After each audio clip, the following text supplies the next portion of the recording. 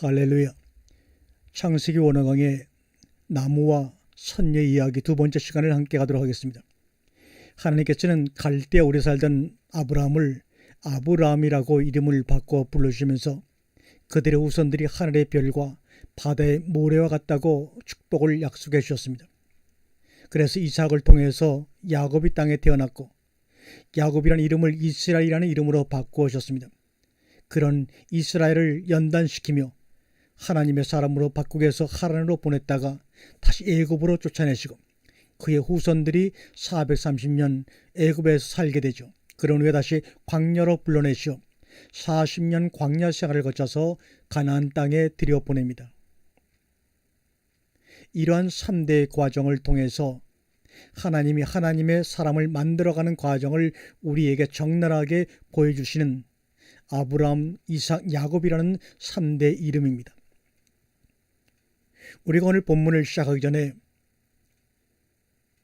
남유다와 북이스라엘로 갈라진 그 통일 이스라엘 사중 중에서 남유다에 속한 가장 훌륭한 두 왕을 꼽으라고 한다면 여러분이 서슴없이 히스기야 왕과 요시야 왕이라고 누구나 다 통일되게 말을 할 것입니다. 그런데 히스기야 왕과 요시야 왕이 과연 하나님의 은혜로 그렇게 가장 훌륭한 왕이 되었는지, 자기들의 가문이나 환경이나 노력으로 그렇게 되었는지 우리 한번 살펴보면서 오늘의 말씀을 나눕니다. 그런데 히스기야 왕이나 요시야 왕이나 그의 아버지나 그의 자녀들이 완전히 하나님 편에 볼 때는 절망적인 사람들이었습니다. 히스기야 왕의 아버지는 극도로 사악한 왕이라고 성경에서 말하고는 아하스 왕입니다. 또한 히스기야 왕의 아들과 손주는, 아들은 므낫세인데 므낫세 중에 한 아들은 바벨론 왕궁의 포로로 잡혀가서 환관이 되어버리고 마는 그런 일을 당하고 말았습니다. 또 요시야 왕은 그의 아버지가 아몬 왕입니다. 또 그의 아들들과 그의 두 아들과 손주는 모두 전쟁에서 죽어버렸고 바벨론에 의해 유다가 멸망당하는 마지막 왕이 되어버리고 말았습니다. 어떻게 하나님이 가장 인정하시는 히스기야 왕과 요시야 왕의 앞뒤가 아버지와 자녀들이 이렇게 극악한 왕으로 어떻게 생존할 수가 있었을까? 이런 것을 보면서 우리는 우리됨은, 나의 나됨은 하나님의 은혜라는 것을 다시 한번 우리가 고백하지 않을 수밖에 없습니다. 유대 왕들 중 성군이었던 히스기야 왕과 요시야 왕의 아버지들은 모두 하나님이 보시기에 너무나 악한 왕들이었습니다. 그런 가족에서 하나님의 은혜로 요시야 왕과 히스기야 왕을 주셨으나 그들의 자녀들은 그것도 깨닫지 못하고 너무 비참한 치유를 맞이했습니다. 요시야 왕의 아버지 아몬 왕은 얼마나 사악한 왕이었는지 열왕기하 21장 25절에 유대 왕들의 역대 지락에 기록도 되지 못해버리고 말았습니다. 자, 이제 말씀을 시작하겠습니다. 우리 성경의 바라, 베레시티 바라라고 하는 이 창조라는 말이 창세기 1장 1절, 21장 21절, 27절, 창세기 5장 2절, 2장 3절과 4절에 쓰였습니다. 그러나 창세기 3장과 4장에서는 창조하다는 바라는 단어가 사용되지 않았습니다. 사람은 두 종류의 사람이 있습니다. 창세기 1장 26절 27절의 사람입니다. 첫 번째, 만들었다고 하는 아사, 메이드라는 단어를 쓰는 아사라는 사람과 크리에이트, 창조되었다고 말한 바라라고 하는 두 종류의 사람입니다. 이 창세기 1장 21절의 바라로 창조된 사람이 창세기 5장 1절과 2절로 연결이 되는 것입니다. 창세기 5장 1절과 2절에 바라를, 창조를 이해하기 위해서는 우리가 반드시 창세기 4장을 이해해야만 합니다.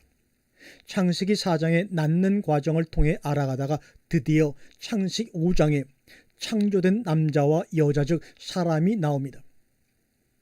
창세기 4장 1절 이하서부터는 창조라는 바라라는 단어를 사용치 않고 낳고 했다고 왜 그렇게 낳다는 단어를 썼을까요? 아담과 하와가 동침해서 야다해서 낳다라고 합니다. 성경서 안다라고 하는 개념은 머리털부터 발끝까지 온전히 알을 의미합니다.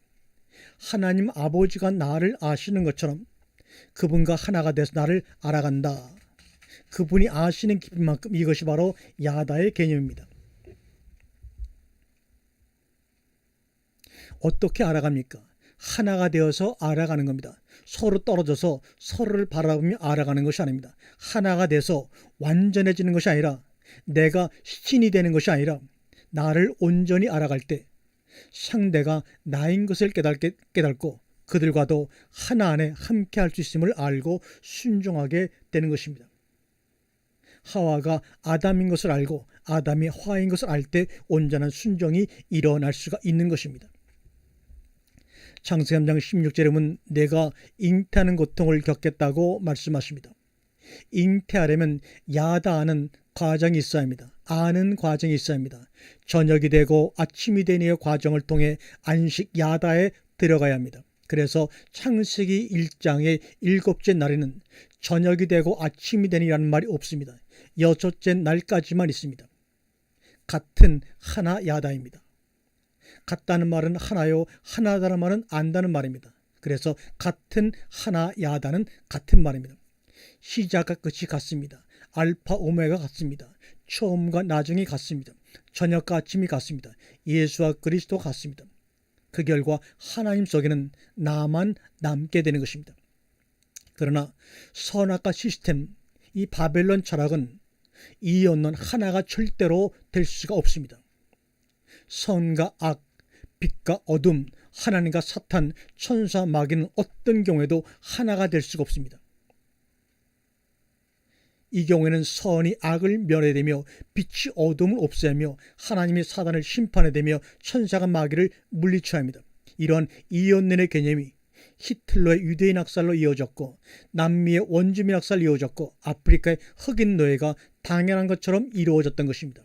그런데 기독교는 대대로 지금까지도 2000년 동안 이 자살적인 이언론의 이념이 자리 잡고 있습니다. 그것이 바로 플라톤, 아리스토텔레스 그들의 철학입니다. 니체는 자라투르스트는 이렇게 말했다 해서 자라투르스트가 바로 조로아스터교를 말하고 있는 것입니다. 야다, 알아간다, 안다, 하나가 되어 알아가는 과정을 야다라고 합니다. 선악으로 생명을 덮어서, 다시 말하면 폐하러 온 것이 아니라, 율법을 폐하러 온 것이 아니라 완성시키러 온 것입니다. 이것이 바로 야다, 아는 것입니다. 이것은 아버지와 하나가 된 상태 속에서만이 가능합니다. 사람은 돈 앞에서, 폭력 앞에서, 죽음 앞에서 진심이 나오죠. 생리적인 죽음 앞에서는 진심이 나올 기회가 없습니다. 존재의 죽음, 십자가 예수와 함께 죽음으로 말미암아 여기서 진심이 나오는 것입니다. 요시야 왕은 20대 젊은 나이에 죽었습니다. 율법으로 이스라엘 백성을 하나님 앞으로 돌아오게 하는 성군입니다. 그런데도 그는 20대에 죽었습니다. 그러나 그의 안에 하무다는 죽지 않고 유다와 그의 손자들이 죽는 것을 볼 때까지 살았습니다. 그것이 바로 심판이 아니고 뭐겠습니까? 최악의 삶을 살았습니다. 요시야 왕 역시 23살에 애굽과의 전쟁에서 죽었습니다. 그의 큰아들은 애굽에 끌려가 눈이 뽑혀 죽었습니다. 그의 둘째 아들도 쇠사슬에 묶여 바벨론에 끌려가 죽음을 당했습니다. 손주들도 죽음을 당했습니다. 하나님이 인정하는 성군 왕 요시야 밑에 아들과 손주들이 이런 일을 당하고 말았습니다. 히스기야 왕은 목숨을 10년 연장받았으나 최악의 아들을 낳았고, 그런데 우리는 히스기야 왕이 눈물을 흘렸기도 해 10년 목숨 연장받은 것만 기억해 히스기야 왕을 대단히 생각하나 전혀 그렇지가 않습니다. 히스기야 왕의 아버지는 아수 왕인데 바알 우상을 섬기던 아주 최악의 사악한 왕이었습니다. 그런 아버지 앞에서 히스기야 왕이 태어나는 것은 전적인 하나님의 은혜입니다. 히스기야 왕은 여호와를 의지하였는데 그의 전후 유다 여러 왕 중 그러한 왕이 없었으니 히스기야 왕은 25살에 즉위했습니다. 히스기야 왕이 병을 얻고 생명을 10년 연장받은 것이 과연 그에게 복이었을까? 성경을 보면 아닙니다. 10년 연장받은 것 때문에 오히려 교만의 동기가 되었다고 역대하 32장 24절과 25절에 말씀하고 있죠. 그 결과 저주가 임하고 말았습니다. 바벨론 포로의 애원이 되었고 아들 중에 바벨론으로 사로잡혀 왕국의 환관이 되고 므낫세 같은 악한 왕이 나오고 말았습니다. 만약 히스기야 왕이 생명을 10년 연장받지 않고 그 날에 죽었다면 어땠을까? 상상을 해보는 것뿐입니다. 야다가 하나님 안에서 하나가 된 그 경험이 안 된 사람이 바로 짐승이요, 그들의 세상이 바로 짐승의 세상이라는 것입니다. 선악을 따먹은 존재는 반드시 선과 이연론에 서 있을 수밖에 없습니다. 선은 선이요, 악은 악이요, 물은 물이요, 산은 산인 것뿐입니다. 선을 악으로 깨부숴 유토피아를 만들겠다 그럽니다. 유토피아란 말은 여러분들 아시다시피 거기 없다는 뜻 아닙니까? 하나님의 나라는 유토피아 천당이 아닙니다. 내가 노력해서 상급받자 내가 내려놔진 것이 하나도 없어요. 이언론이고 바벨론의 이념이지 어디 성경에 그런 말이 있습니까? 뭐를 내려놓는단 말입니까? 내 것이 있어야 내려놓기도 하죠. 내 것이 아무것도 없는데 무엇을 내려놓자고 하는 말입니까? 여리고성이 무너진 것처럼 소리가 말씀으로 전환되면 반드시 거기는 성이 무너지는 역사가 일어납니다. 성경이 말하는 복이 뭡니까? 히브리서 1장 28절에 그들에게 복을 주시며 이렇게 말합니다. 이 말은 무슨 말입니까? 메시아가 오신다는 말입니다. 메시아는 그리스도요, 그리스도는 기름 부음 받은 자요. 예수님께서 말씀하시길 나는 십자가에 죽을 거야. 왜? 제사함을 위해. 무슨 죄를 사함받아 원죄라는 거야. 하나님이 아담에게 선악과 나무를 말씀하시면서 아담이 이해한 선악의 개념이 무엇이었을까요? 이 원죄라는 개념은 성경에 없는 베이직 신이라는 말은 성경에 없는 개념입니다. 다만 카톨릭 공의에서 종교 개혁을 자료로 해서 만들어진 개념이 바로 원죄라는 개념입니다. 그런데 우리는 서슴없이 원죄를 용서받기 위해서, 원죄를 용서하기 위해서 예수 그리스도 십자가에 죽으셨다고 그렇게 아무 생각 없이 말할 때가 많이 있습니다.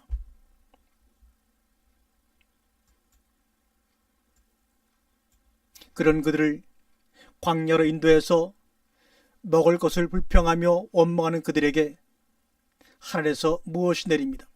그것이 뭡니까? 바로 만납니다. 이것이 뭐야? 이게 뭐야? 출애굽기 16장 15절에 이것이 뭐냐 해서 만나라는 말이 되었습니다.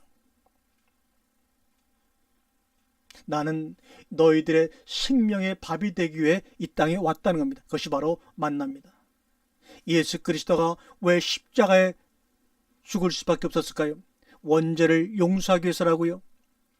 제가 말씀드렸습니다. 원죄라는 개념은 성경에 없는 개념이라고요. 우리가 그토록 이단시하는 카톨릭 공의에서 만들어내는 하나의 교리밖에 아니 되는 것입니다. 주님이 왜 십자가에서 물론 우리의 죄를 용서받기 위해서입니다. 하나님의 성령이 우리 가운데 임하기 위해서 우리를 깨끗하게 씻기 위해서 제사함을 위해서 죽으신 것만은 사실입니다. 그러나 그것은 시작일 뿐입니다. 왜 십자가에 죽었을까요? 자신을 양식으로 우리로 하여금 먹게 하려고 한 것입니다. 제사함은 무엇입니까? 양식의 문제입니다. 우리가 죄를 안 짓는 행위의 문제가 아니라 양식의 문제입니다. 그런데 우리는 먹을 생각은 없고 행하고 지키고 힘쓰려고 하니까 우리의 영이 고갈될 수밖에 없는 겁니다. 창조, 재지음, 구원, 재림 이 네 단계는 우리가 성경을 창세기부터 시작해서 계시록까지 이 네 개의 프레임 속에서 지금 2000년 동안 우리는 이해해 왔습니다. 여기서 벗어나야 합니다. 그 보혜사 성령이 오실 거야. 하나님을 대상으로 멀리 보고 믿는 것 그것 아닙니다. 그 하나님이 너희의 아버지와 너희 아버지야. 하나님과 하나가 되어 알아가는 거야. 이것을 주님은 우리에게 말씀하고 있는 겁니다. 우리의 복이 무엇입니까? 하나님이 창세기 1장 28절에 주신 복이 뭡니까? 하나님의 영이 하나님의 말씀이, 성령님이 우리 안에 들어오시면 절대로 안 떠나신다는 것이 복입니다. 로마서 8장 26절과 29절 33절에 내 기도 아이테오, 나 살려주세요, 나 살려주세요. 그러면 하나님이 모두 쳐서 부수시고 뚫고 들어오셔서 자신이 포로스쿠마에 기도하시는 겁니다. 그것이 바로 복입니다. 응답받으면 받은 것 가지고 본질을 알아야 하는데 더욱더 응답받은 겉의 것에만 매달리다 결국은 변질이 되고 맙니다. 그 결과 자기가 하나님이 되어버리고 말지요. 다윗이 왕이 된 후 언약궤를 가져오는 내용이 성경에 나옵니다. 그런데 그 언약궤를 소 달구지에 싣고 옵니다.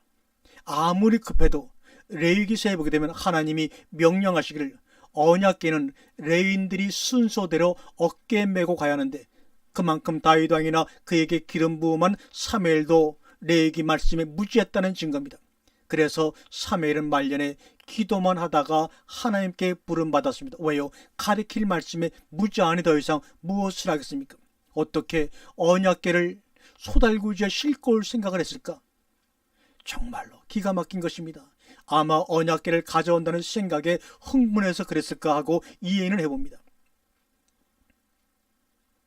우리가 역대상 21장 1절에 보면 사단이 고유명사로 이름으로 최초로 쓰입니다. 이 말은 반대자, 대적자, 고발하다는 말입니다. 민수기 22장 20절 같은 데서는 막으려고 사탄을 보통 명사로 쓰였지만 역대상에 21장에 와서 유일하게 사단이라는 말이 고유명사로 쓰이기 시작합니다. 사무엘상 29장에서도 대적 보통 명사로밖에 쓰이지 않았습니다. 열왕기상 5장 11장에서도 대적이라는 보통 명사였습니다. 그러다 21장에 와서 고유명사로 쓰였습니다. 열왕기상까지는 사단이라는 말이 고유명사로 쓰이지 않고 막으려고 대적 등 보통 명사로 쓰였으나 역대상 21장 1절에 와서 드디어 고유명사로 우리가 지금 아는 사탄이라는 말이 나타난 것입니다. 이 보통 명사와 고유명사의 차이는 엄청난 것입니다. 어떤 차이가 있을까요? 포로기 이후 역대상 21장 1절 이후부터 이때부터 사단이라는 말이 우리가 아는 사탄이라는 고유명사로 쓰였습니다. 그러나 포로기 이전, 바벨론으로 포로를 잡혀가 이전에는 이 사단이라는 말이 보통 명사로 막으려고 대적하다라고 하는 일반적인 명사로 쓰였습니다. 그래서 시편 109편 6절에도 사탄을 대적이라고 번역을 한 것입니다. 그러면 시편까지는, 포로기 이전까지는 사탄이란 실체가 그들 신앙 속에는 없었습니다. 사단의 역할로 먼저 생각을 해야 합니다. 막고 대적하는 사단의 존재가 아니란 말이죠. 그러다가 에스라가 사단의 고유명사 개념을 도입해서 설명을 합니다. 그 후에 바리새인들이 이 개념을 이어받아 확장해서 그들의 신앙 가운데 설교를 하기 시작합니다. 그러면 보통 명사로 쓰이던 대적, 막으려고 하다는 뜻의 사단이 어떻게 에스라라는 선지자를 통해서 고유명사, 우리가 아는 마귀의 동일한 개념인 사탄이라고 쓰이게 되었을까? 그 이유는 인간인 에스라와 그 믿는 사람들이 하나님을 변론해 주기 위해서, 우리가 그동안에 다윗 왕과 솔로몬 왕과 그 많은 과정을 통해서 하나님을 이렇게 믿고 섬겼는데 어찌하자고 우리에게 이렇게 바벨론의 포로로 잡혀가는 민족의 고난을 주셨습니까? 하나님이 살아계시다면 이런 일이 있을 수가 없기 때문에 그것이 하나님의 탓으로라고 하기는 뭐하니까 에스라가 하나님을 변론하기 위해서 사단이라는 개념을 고유명사로 도입한 것입니다. 고난을, 이스라엘 백성들이 바벨론 포로기에 당했던 고난을 설명해 주기 위해, 이스라엘 백성들을 하나님을 떠나지 않고 더욱 섬기도록 그들을 설득하기 위해 포로기 이후 사단의 고유명사가 필요해서 도입한 것입니다. 에스라부터 시작해서 바리새인까지, 지금 우리들까지 그 개념에 붙잡혀 있습니다. 에스라 신학이 무엇입니까? 인간이 하나님을 변호해주는 신학입니다. 에스라, 니에미야, 에스더, 성전, 수르바벨 성전이 바로 거기에 모태가 되는 것입니다. 원죄 개념도 여기서 벗어나지 못하고 있습니다. 성경은 나와 하나님 사이의 프로스크마, 하나님이 우리에게 나는 살 수가 없습니다라고 주님께 간절히 애통할 때 말씀으로 우리 안에 뚫고 들어서 우리를 대신하여 기도해 주는 것, 이것이 바로 복입니다.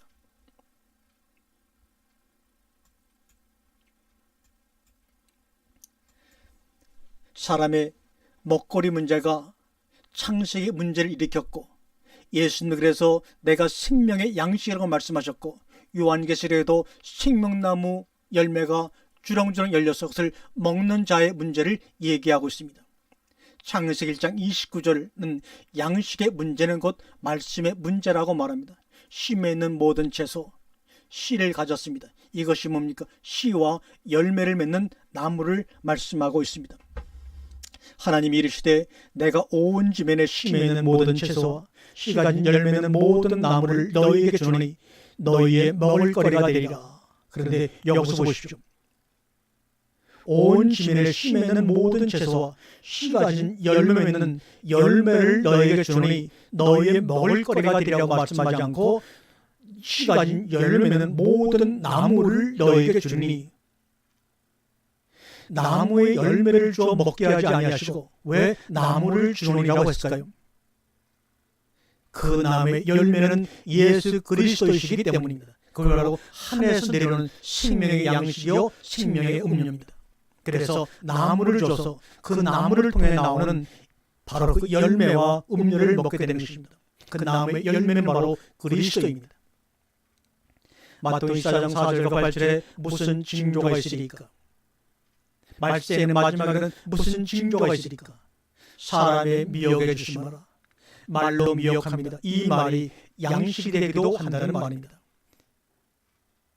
묻힌 뿌리요 뿌리는 생명입니다. 땅은 채소와 나무입니다. 선과 악입니다. 땅의 본질을 묻힌데 땅에 먹을 거리만 먹으면 그것이 바로 선악과입니다. 본질에서 나오는 생명을 먹지 않습니다. 이거 창세기 3장의 선악과 사건입니다. 이미 창세기 3장의 내용을 창세기 21장 29절에서 말씀하고 계십니다. 창세기 1장에서 3장의 내용을 다 설명하고 있습니다. 성경의 겉뜻은 반드시 선악구조로 쓰여 있습니다. 그리고 속뜻은 묻과 마른 땅과 모인 물은 비유, 상징으로 쓰여져 있습니다. 이유는 바로 성경의 본질을 막기 위해서입니다. 그래서 예수님도 신약의 비유가 아니면 말씀치 않으셨다고 말합니다. 들을 게 있는 자는 복 있는 자라고 말씀합니다. 듣고 본다고 말씀하셨습니다.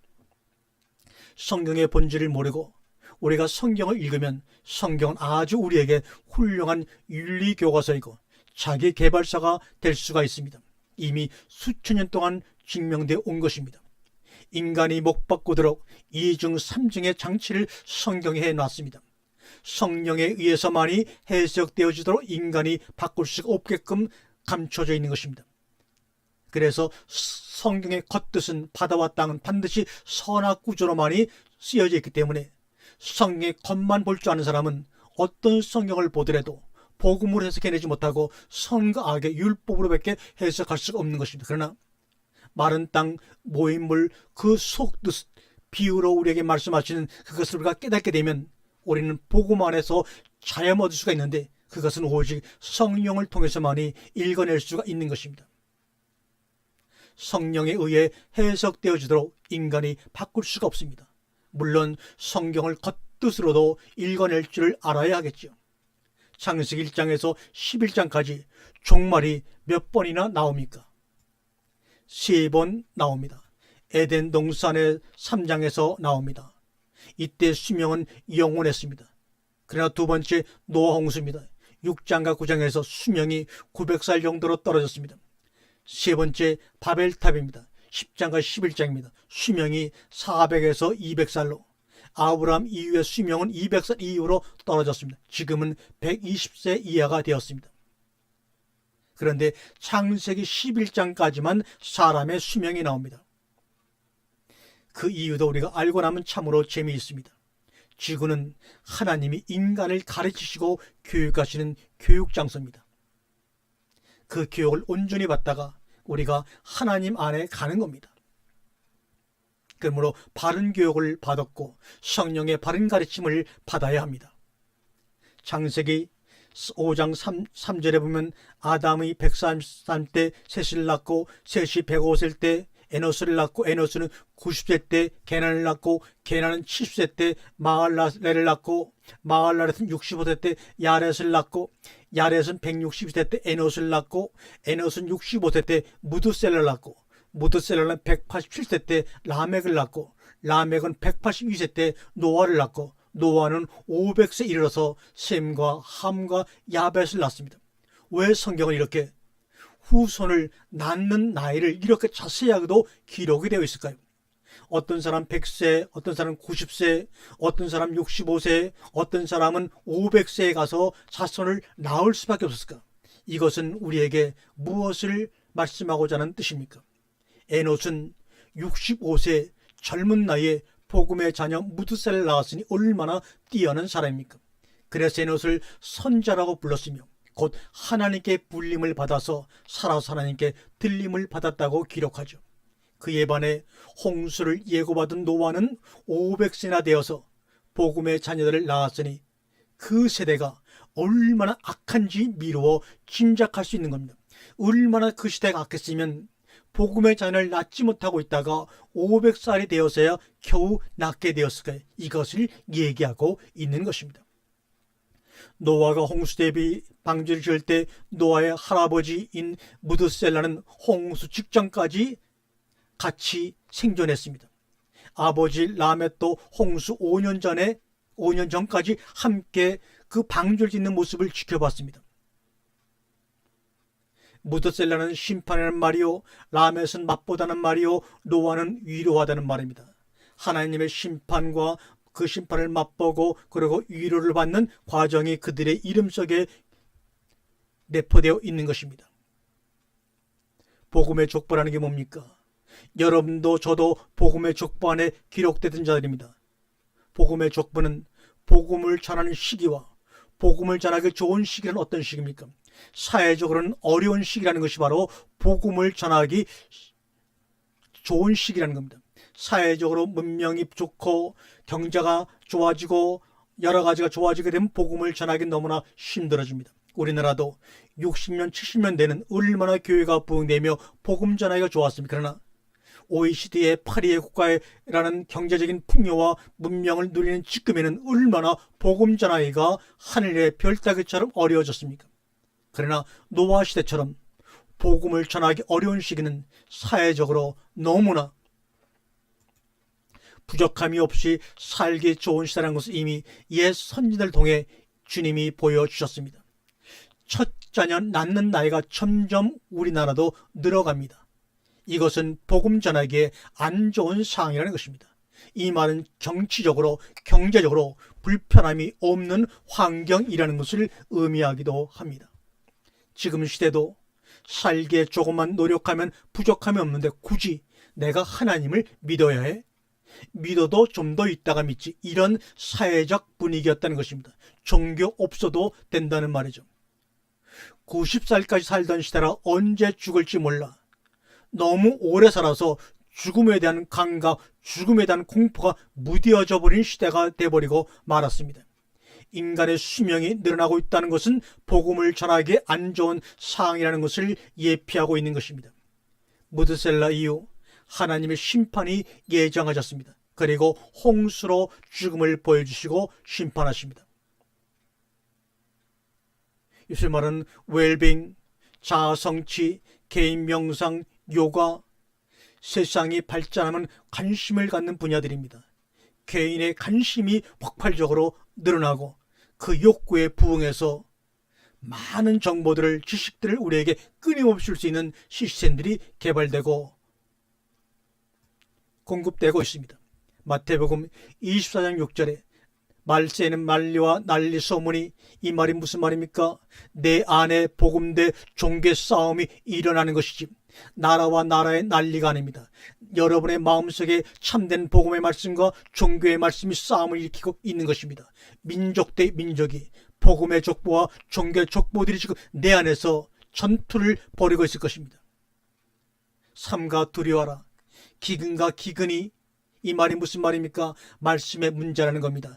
진짜 양식, 복음의 양식에 굶주려서 동서남북의 많은 이들이 지쳐 쓰러지고 있는데도 불구하고 우리는 모른 척하고 거짓된 인스턴트 양식만을 제공하는 것이 문제입니다. 무채에서 나오는 양식, 마른 땅에서 나오는 양식, 모인 물에서 나오는 양식, 두 가지입니다. 참 양식을 먹으니 내 안에서 지진이 일어납니다.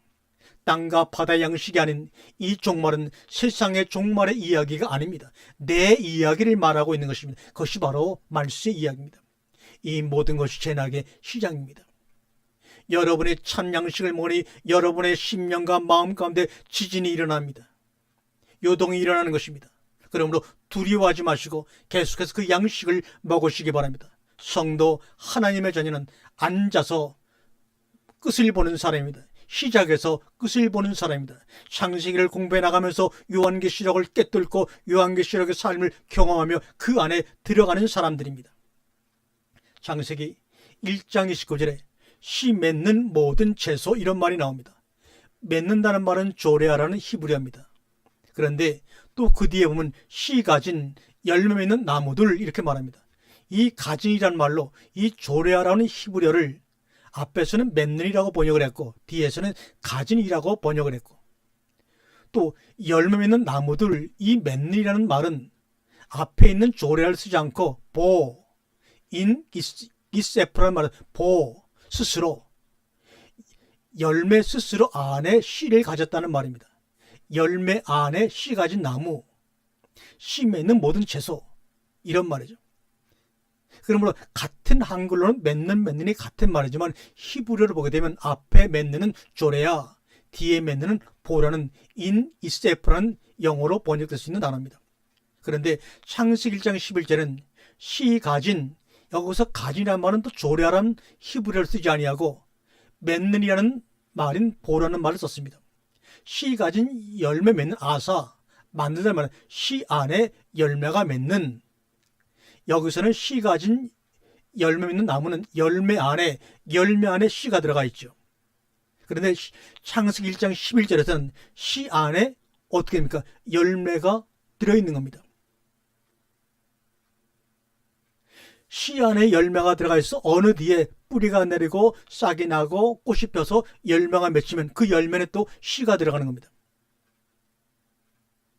이 얘기를 지금 창세기 1장 11절과 29절에 하고 있는 겁니다. 이것이 바로 우리의 양식이라는 겁니다. 이것이 바로 말씀하시는 생명나무와 선악의 나무입니다. 생명나무와 선악의 나무는 한 그루의 나무인데 생명나무로 볼 수도 있고 선악의 나무로 볼 수가 있는 겁니다. 주님은 창조된 자와 만든 자들에게 먹을거리를 다르게 주십니다. 1장 30절에 땅의 모든 짐승과 하늘의 모든 새와 생명이 있어 땅에 기는 모든 것들에게는 모든 풀을 먹을거리로 주노라. 그러나 하나님의 형상을 입은 창조된 자들에게는 열매 안에 씨 가진 나무를 양식으로 주었습니다. 그런데 이 모든 짐승과 하늘의 모든 새와 땅에 기는 것들에게는 뭡니까? 뭐가 빠졌습니까? 씨가 빠졌습니다. 다시 말하면 생명의 영속성이 없는 양식을 그들에게 주었다는 겁니다. 이 양식이라는 히브리어는 오콜라라는 말입니다. 이 앞에 레 전치사가 붙어 있습니다. 레 전치사는 지향성을 가지고 있는 겁니다. 어떤 지향성을 가지고 있는 식물이냐, 양식이냐, 이것입니다. 씨가 빠져있는 단순한 일회성의 푸른 풀의 양식이냐, 하늘 향한 씨 안에 열매를 갖고 있는 그런 양식이냐, 두 가지 양식의 다른 양식을 허락해 주셨습니다. 창세기 1장 3절에 푸른 풀을, 이렇게 막 푸른 풀을, 이 풀이라는 말이 우리가 말하는 녹색을 얘기하는 것이 아닙니다. 푸른이라는 말은 히브리어로 여메크란 말인데 원래 창백하다, 어린 병든 채소에 노란기가 있는 그런 채소를 푸르다고 말합니다.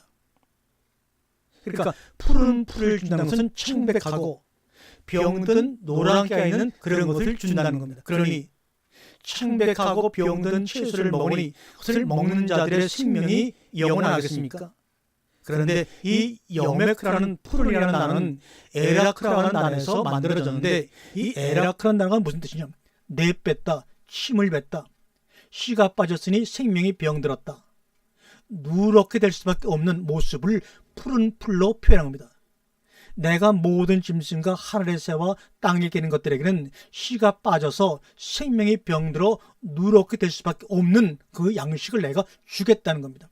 그런데 같은 푸른이라고 번역한 시편 23, 2절에 푸른 초장으로 할 때 푸른은 여메크라는 히브리어가 아닙니다. 이것은 이 누심할 때는 앞에 있는 여메크가 다릅니다. 이것은 대시, 싹이 틀 수 있는 연한 풀을 말할 때 대시란 말을 쓰는데, 푸른 초장으로 누심할 때 푸른은 대시란 말을 썼지 여메크란 말을 쓰지 않았습니다. 그런데 우리 성경에는 여메크나 대시나 다 푸르다고 번역을 해놓은 바람에 하나님 말씀을 깨닫는데 한계가 있는 겁니다. 이 초장이라 푸른 초장으로 누이시며 일때 초장은 나라는 히브리어인데 이것은 가정입니다. 가정, 우리의 가정, 상징적으로 목장을 유래합니다. 이 말은 이 초장이라는 나라는 단어는 편하다, 즐겁다, 아름답다는 말에서 유래가 되었습니다. 그러므로 대시라는 말과 여베크라는 말은 유래 자체도 틀립니다.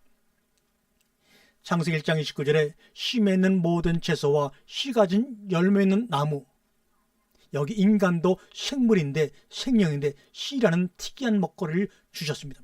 그 씨는 전치사 내가 붙어서 하늘을 향하도록 하는 하늘 양식임을 알 수가 있죠. 그 양식은 누굽니까로 그리스도요, 생명의 말씀입니다. 셋째 날 풀과 씨 맺는 채소와 씨 가진 열매 있는 나무를 주님께서 만드셨습니다.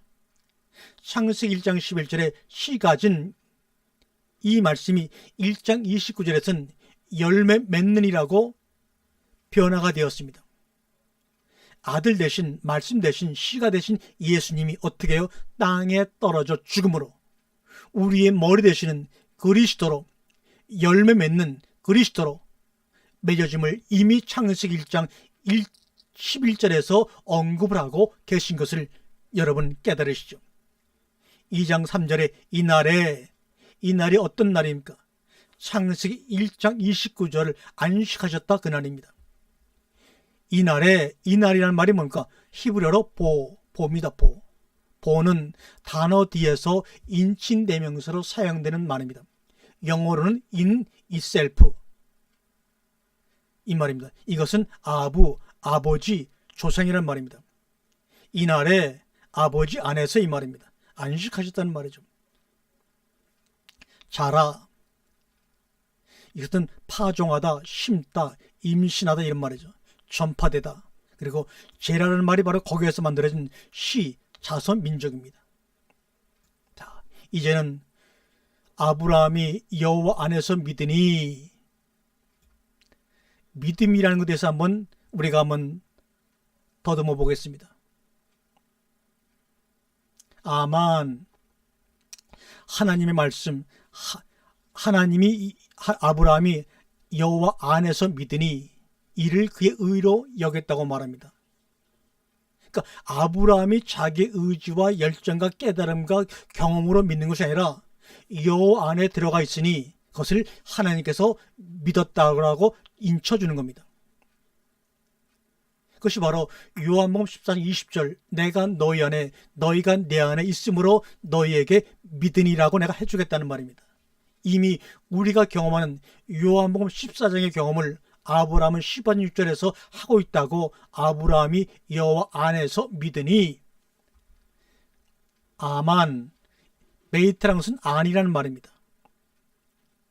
하나님의 말씀은 하나님의 말씀이 일하시는 겁니다. 그 말씀이 우리 안에 들어오셔서 우리가 그 안에 거함으로 말미암아 우리가 일하는 것 같지만 하나님이 일하시고 우리가 일했다고 쳐주시는 겁니다. 그것이 바로 믿음입니다.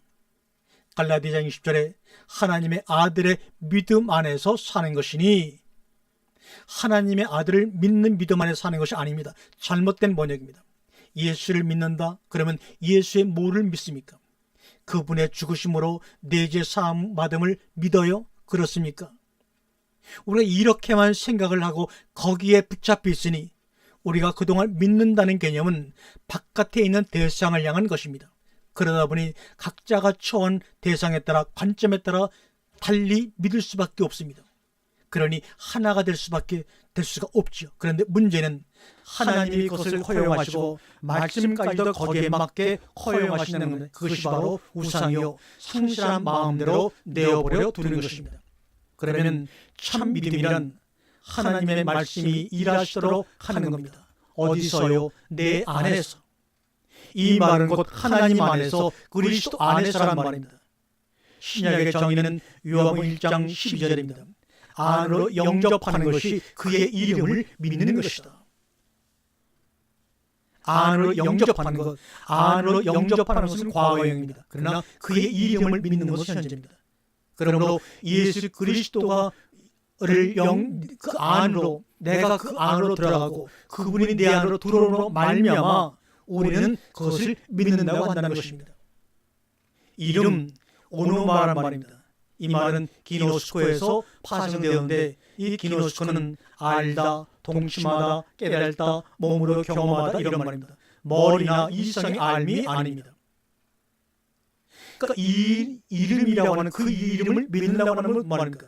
내가 너를 몸으로 경험했다. 너와 내가 몸으로 하나가 되었다. 이것을 현재 내 삶 가운데서 경험하고 있다는 말이지, 예수 그것을 믿는다는 것이 아닙니다.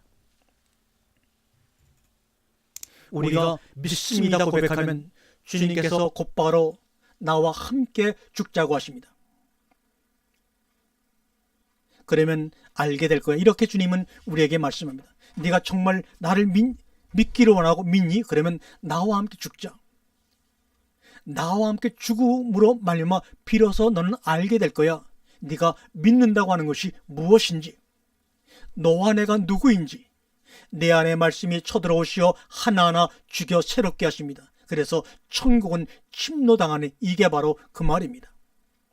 창세기 1장 1절부터 11장 말씀으로 창세기 12장 이유를 가리키고 있습니다. 창세기 1장부터 11장까지는 선사 시대로 갑니다. 문자로 기록되어 있지 않은 시대입니다. 왜 창세기 1장부터 11장까지 이 중요한 말씀, 이스라엘 백성들 애굽에서 광야로 불러내신 이유가 말씀을 가리키기 위해서라 그랬는데, 그 당시에 가리킬 말씀은 창세기 1장부터 11장까지밖에 없었습니다.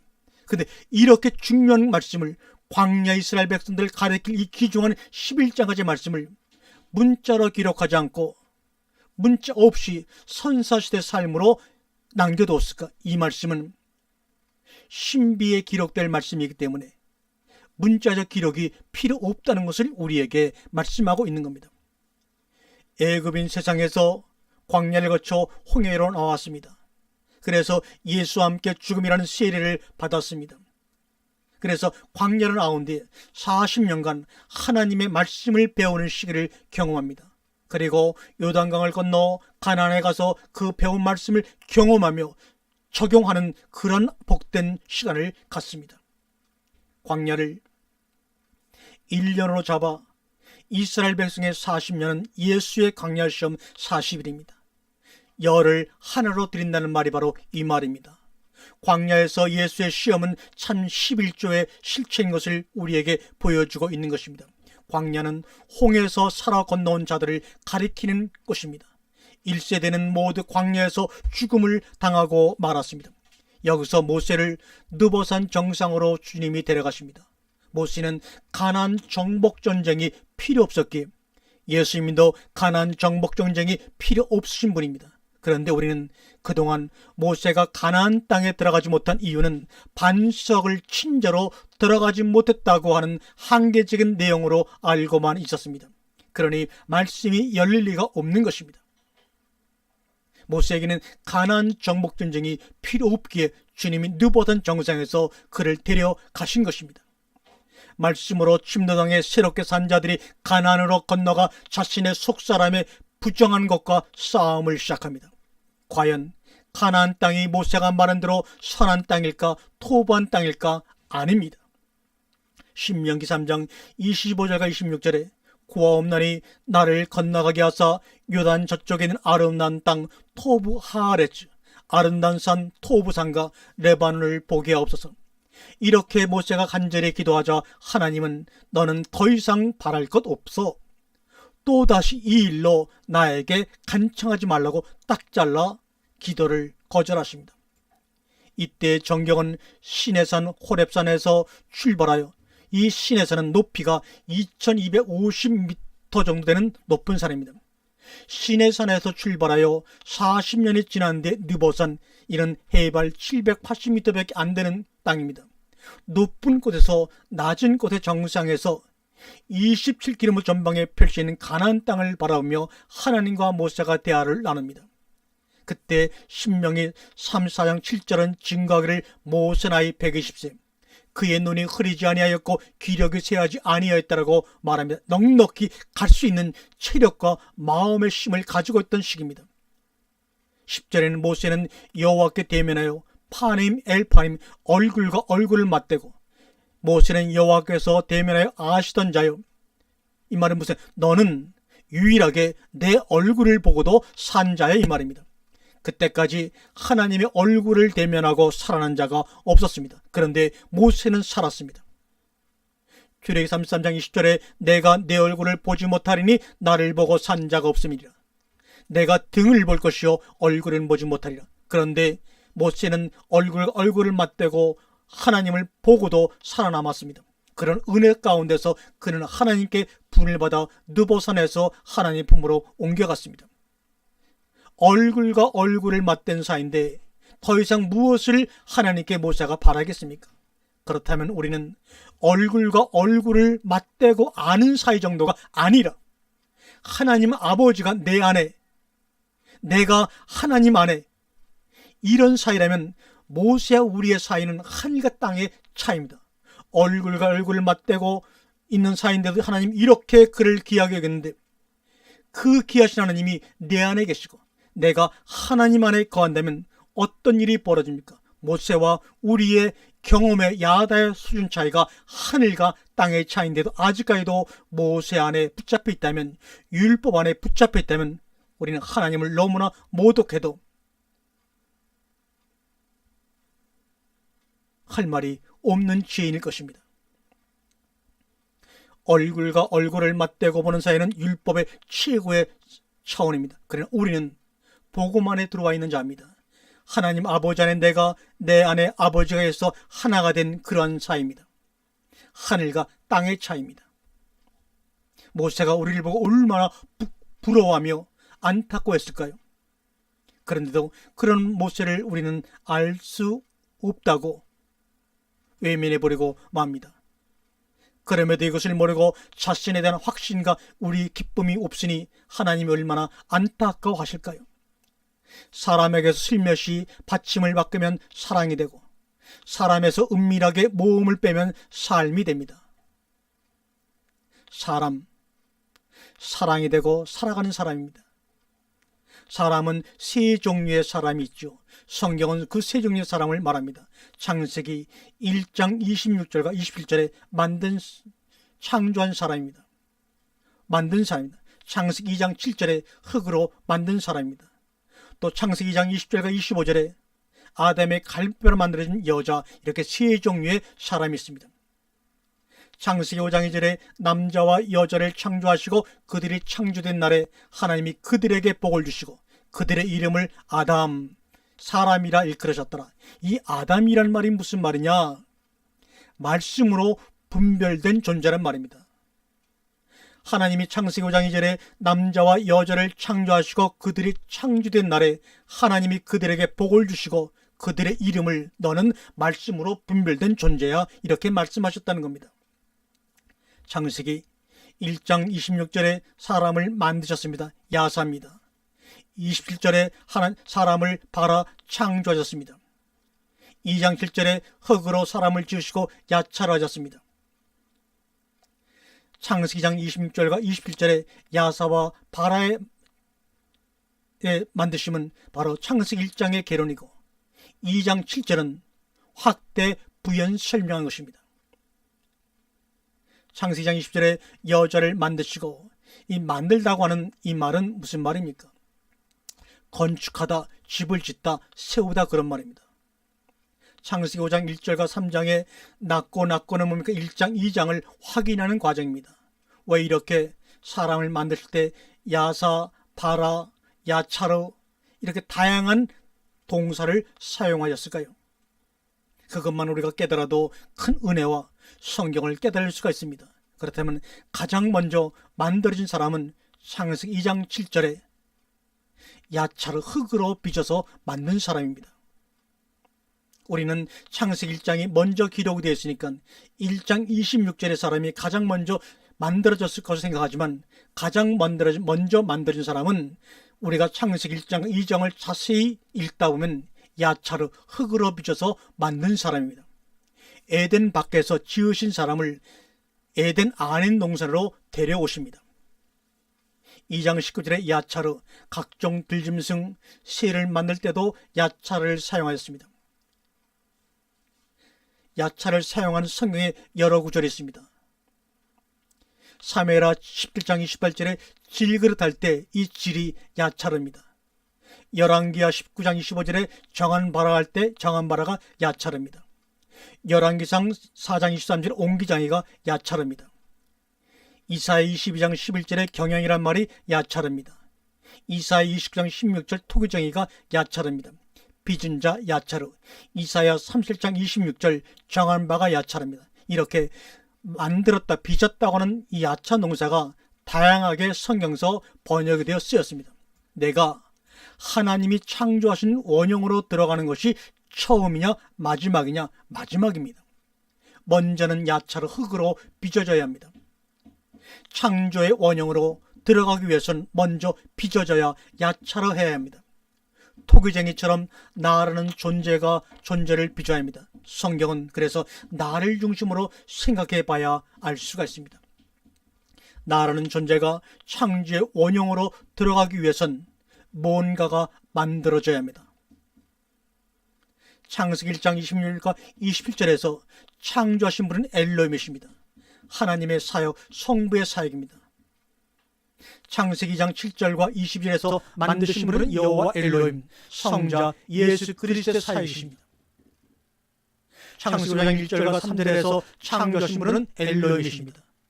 사람을 만드시는데 만드신 주체가 엘로힘이냐 여호와 엘로힘이냐, 주체가 매우 중요합니다. 우리가 아브라함이라고 쉽게 얘기하지만 아브라는 단어와 라함이라는 두 개의 단어가 합해져서 만들어진 단어입니다. 그러면 아브라함을 아브라함이라고 이름을 바꿔줬을 때 하나님 그 이름을 통해서 우리에게 무엇을 말씀하시고자 하는 것인가? 아브라는 것은 말 그대로 아버지란 뜻이고, 라함은 먹다란 말입니다.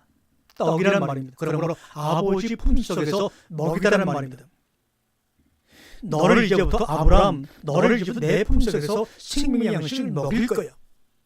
그래서 아브라함의 후손, 믿음의 자손이라고 우리를 얘기하는 것은 너도 이제 아브라함처럼 내 품속에서 내가 너를 날마다 생명의 양식, 하늘 양식으로 먹일 거야. 그래서 우리가 아브라함의 후손, 믿음의 자손이 되는 것입니다.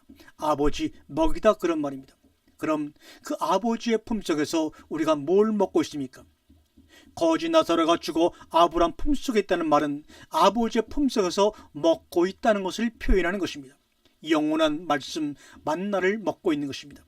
나사로는 아버지의 품속에서 영원한 말씀을 먹고 있는 것입니다. 거기에는 아파트도 없고요, 보석함도 없고요, 왕관도 깃털모자도 없는 것입니다. 그럼에도 성도들을 미혹하고 미혹당하고 있으니 오 통제라, 이런 말이죠. 더군다나 대형교회 목사가 마지막에 정말로 자기가 꿈결에 하늘나라를 가봤더니 나는 아파트도 정말 작고 보잘것없다고 간증하는 바람에 많은 성도들이 그 말에 미혹당하고 말았습니다.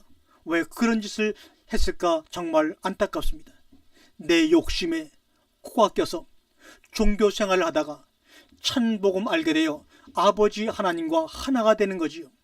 없는 사실을 말하는 것과 거기에 머물러 그것이 전부라고 믿어버리는 것, 여기가 조사하니 초막셋을 짓지요. 이게 문제고 바로 죄악입니다. 히브리라고 하는 홍해와 요단강의 징검다리를 딛고 건너고 초막을 부숴야 합니다. 그리고 광야로 가나안으로 건너가야 합니다. 아버지 품 안에서 먹고 사는 것, 이것이 바로 하나님의 나라여 천국입니다. 요한계시록 1장에 내가 들어가 너와 더불어 먹고 마시리라. 기억으로 머리에 뇌 속에 남는 것이 아니라 온몸으로 전 존재를 느낄 수 있게 됩니다. 먹고 마시게 되면요, 누구도 부인하지 못합니다.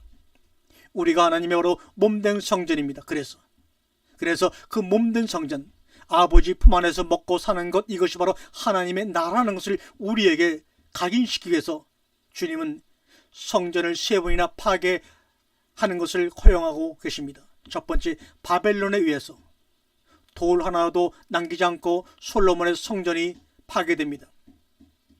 바로 이 바벨론이 이혼론의 시초요, 조로아스터교를 숭배하는 나라입니다. 두 번째 성전 수르바벨의 성전이 완전히 파괴됩니다. 이것은 그리스 군대 위에서 파괴됩니다. 그리스는 군 철학과 신화의 나라죠. 돼지떼를 풀어 하나님의 성전을 모욕하고 바리새인을 다 죽여버립니다. 세 번째는 헤롯 성전이 무너집니다. 이 성전은 이방인들이 지은 성전입니다. 자신의 정치적 목적을 달성하기 위해 로마의 다신교를 믿는 그가 하나님의 백성들의 성전을 지었다고 합니다. 이 모든 성전이 다 완전히 파괴되어 버리고 맙니다. 그리고 네 번째 4차 성전이 들어섭니다. 그 성전이 무슨 성전입니까? 예수 그리스도와 하나된 몸된 성전, 영원한 성전입니다. 보이는 성전을 보이지 않는 성전으로 파괴하고 다시 세우려고 주님이 십자가에 돌아가신 겁니다. 이 일을 위해 저와 여러분이 부름받은 것입니다. 이 일을 위해 어려운 관에서 이 사역을 하고 있는 것입니다. 몸된 성전, 몸된 성전. 나라는 존재 안에 예수께서 오셔서 혹하고 뭔가를 불어넣으셨어요. 그랬더니 파괴가 되고 내 안에 새로운 보이지 않는 몸된 성전이 지어지는 거예요. 이 창세기 장 7절 한 구절이 예수의 사역 전체를 요약해서 말씀하고 있단 말입니다. 요한복음 10장 20절에 그를 향해서 숨을 내쉬며 성령을 받으라. 예수 그리스도가 십자가에 죽으시고 속성전이 되라. 너희가 누구의 죄든지 사이라. 그렇게 되는 겁니다. 우리가 하나님의 몸된 성전 속성전일 때만이 누구의 죄든지 상할 수 있는 권세가 주어지는 것입니다. 성령을 받은 사람들의 특징이 뭡니까? 그들의 심령 깊은 곳으로부터 용서의 강줄기가 흘러나오기 시작합니다. 용서가 시작됩니다. 그런데 큰 오해는 내가 용서해 줄 큰 권능을 부여받았다, 혹은 은사 측면을 오해하는 데 아닙니다. 서로 용서가 시작되는 겁니다. 누구부터? 내가, 나부터 말이죠. 하나님의 열심히 나를 빚으시는 야차르가 있는 반면에 인간의 열심이 있습니다. 엘리야 열심이 결국 그를 혼돈과 공허와 흑암 속으로 몰아간 것이 열왕기 19장 10절에 나와 있지 않습니까? 야차르, 보이는 아담아를 보이지 않는 속사람으로 지으신 것이 첫 번째입니다. 겉사람을 파괴하고 속사람을 끄집어내신 것, 레네페시, 레전치사를 붙이신 것입니다. 그렇지 않으면 식물과 다름이 없고 동물과 다름이 없습니다. 고린도전서 3장 16절에 눈에 보이는 성전과 눈에 보이지 않는 성전을 말씀하신 것이죠. 여호와 엘로힘이 여자를 만드실 때 사용한 단어 히브리어 바나는 주로 무엇을 건축하거나 쌓을 때 쓰는 단어입니다. 갈빗대로 바나하시다, 갈빗대로 건축하신다. 그럼 갈빗대가 뭡니까? 갈빗대란 말은 히브리어로 젤라라는 말입니다. 이 말은 구부리다, 절뚝거리다, 발을 절다라는 말입니다. 이 구부리다, 절뚝거리다, 발을 절다라는 말을 왜 갈빗대라고 번역이 되었을까? 갈빗대 속성은 절뚝거리는 겁니다. 균형이 맞지 않는 겁니다. 균형이 안 맞습니다. 왜요? 갈빗대를 빼버렸으니 균형이 안 맞죠. 그리고 임시로 살을 채워 넣으십니다. 후에는 그 자리에 우리가 들어가 완성이 됩니다. 그것이 바로 복음입니다. 그래서 이 살이라고 번역된 히브리어 바사르는 기뻐하다, 전하다, 선포하다, 기쁜 소식으로 즐겁게 하다. 기쁜 소식을 받는다는 뜻이 바로 바사라는 말을 우리 성경에서 살이라고 번역한 것입니다. 빚으시고 야차르 창세기 2장 7절입니다. 건축하여 바나 짜맞추어 창세기 2장 22절입니다. 그 다음에 완성 바라 창조 창세기 1장 21절입니다. 빚으시고 건축하여 완성하시는 하나님의 은혜, 여기까지 우리가 들어가야 합니다. 내 뼈 중에 뼈요 살 중에 살이라 둘이 한 몸을 이룰지니라.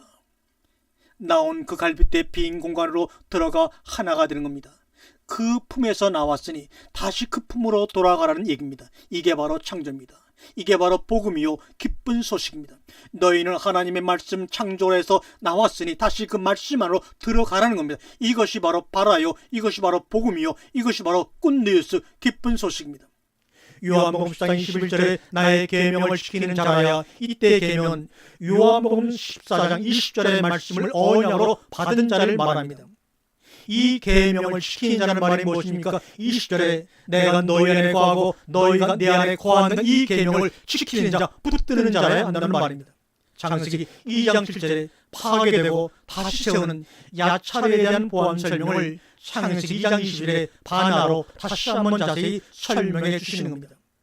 그러면서 2장 24절에 부모를 떠나 아내와 연합하여 한 몸을 이루어 이 사람을 만드신 이는 여호와 엘로힘이시니 그럼 이분들의 부모는 당연히 여호와 엘로힘이십니다. 눈에 보이는 예수를 떠나 아버지와 하나 되어 생명으로 들어가란 말입니다. 그런데 우리는 눈에 보이는 예수를 떠나지 못하고 있어요. 그런데 가인은 떠나지 못하고 오히려 성을 쌓아버립니다. 건물 교회를 짓고 화려하게 담을 쌓아버립니다. 우리가 가인이 아니고 누굽니까? 이 시대의 교회들이 가인이 아니고 누굽니까? 눈에 보이는 예수, 그 눈에 보이는 예수를 섬기는 눈에 보이는 교회를 떠나서 아버지와 하나 되어 몸된 생명으로 들어가라는 것이 바로 뭡니까? 하나님의 당부입니다. 하나님은 저와 여러분에게 계속해서 떠나라고 하십니다. 갈대아 우르를 떠나라, 애굽을 떠나라, 몸된 성전을 지키라고 말합니다. 자기의 종교, 신앙을 안 떠나려고 했던 욥을 야차로 파괴시켜서 떠나게 하여 하나님과 하나 되게 속사람의 성전을 쌓고 건축하시는 하나님 여호와 엘로힘, 바로 그분이 예수 그리스도입니다. 두 번째로 어떻게 우리 인간이 만들어집니까? 창세기 1장 27절입니다. 엘로힘이 창조하십니다. 창세기 2장 7절과 22절이 먼저 이루어져야 창세기 1장 27절 이곳으로 넘어오는 겁니다. 하나님이 자기 형상, 하나님의 형상대로 창조하셨습니다. 이것은 바로 말씀 창조입니다. 우리는 창세기 1장이 먼저 앞에 기록되었으니까 2장보다 1장이 먼저라고 생각하는데 잘못된 생각입니다. 하나님의 말씀은 시간과 공간을 초월해서 하나 된 말씀입니다. 그러므로 그 속사람의 깨달음을 성령을 또 닫지 않으면 창세기를 이해할 수가 없습니다. 우리가 볼 수 있는 엘로힘의 현상은 딱 하나, 말씀하셨기 때문에 말씀입니다. 하나님의 영상은 우리가 알 수 없으나 그분이 표현하신 말씀이 있습니다. 하나님의 영상은 이꼴 말씀입니다. 고로 말씀과 내가 하나 됐을 때 비로소 하나님의 형상을 회복하는 것입니다. 그럼 그 말씀은 어떻게 해서 우리 안에 존재하게 됩니까? 창세기 2장 7절에 야차를 통해서 아들의 죽음을 통해 우리와 하나 되심이 이루어지는 것입니다. 여섯째 날에 이루어진 사람은 안식에 들어갈 수가 있습니다. 하나님 아버지와 하나됨입니다. 말씀을 신비에 간직한 자들입니다. 이들이 바로 하나님의 형상이요 이것을 하나님은 창조라고 말씀하십니다. 이런 자들을 하나님은 네가 바로 바라 창조물이야 하신 것입니다. 그러니 하나님이 보기 심히 보기 좋았다라고 하신 것입니다. 스바냐 3장 17절의 말씀입니다. 창세기 2장 19절 아담이 무엇이라고 부르나 보시려고 데리고 왔더니 아담이 부르는 것이 곧 그 이름이 되었다라고 기록합니다. 왜 아담으로 하여금 이름을 짓게 하셨을까? 그런데 왜 그 이름을 짓게 하시고 지은 이름이 하나도 기록이 안 되었나? 이유가 있습니다. 각종 이름을 짓게 하십니다. 그리고 돕는 여자를 지으십니다. 그러나 이름은 없고 그냥 여자, 그러다가 창세기 20절에 와서 그 여자를 하와라 모든 산재 어미라고 이름을 짓습니다. 이 중간 이 과정에서 하나님의 의도는 무엇인가? 아담에게 수많은 동물들의 이름을 짓게 하신 이유는 무엇인가? 무엇일 것 같습니까? 그 모든 것 중에 너와 하나가 된 것이 기노스코 야다가 된 것이 있는지 한번 살펴봐 이 말입니다. 네가 이름을 짓고 있는 네 앞을 지나가는 수많은 동물 중에 너와 하나가 된 기노스코 야다가 된 것인지 한번 살펴봐라 아담아. 살핀 결과 아담에게는 하나님 나와 하나 된 것 하나도 없네요. 그럼 나의 짝은 여자인가 했더니 곧바로 정체가 들통나 버리죠. 이 여자도 아니네. 그러면 나와 하나가 된 그 짝은 어디 있지? 그때 하나님 아버지와 내가 기노스코 야다의 관계구나. 하나님 아버지와 내가 하나가 된 관계구나. 이것을 스스로 깨닫게 하시려고 수많은 동물들을 그의 앞에 지나게 하시면서 이름을 지어보라고 하신 것입니다. 우리가 다음 시간에 계속해서 은혜의 말씀으로 충격을 받도록 하겠습니다. 감사합니다.